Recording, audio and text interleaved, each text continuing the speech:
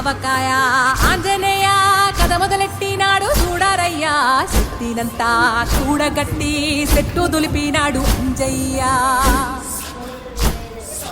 ఎర్ర ఛాయ కోతి అవతార వెంటమాయ కత్తి సేత పట్టకుండా కాయ కోసినాడు కపిలయ్యా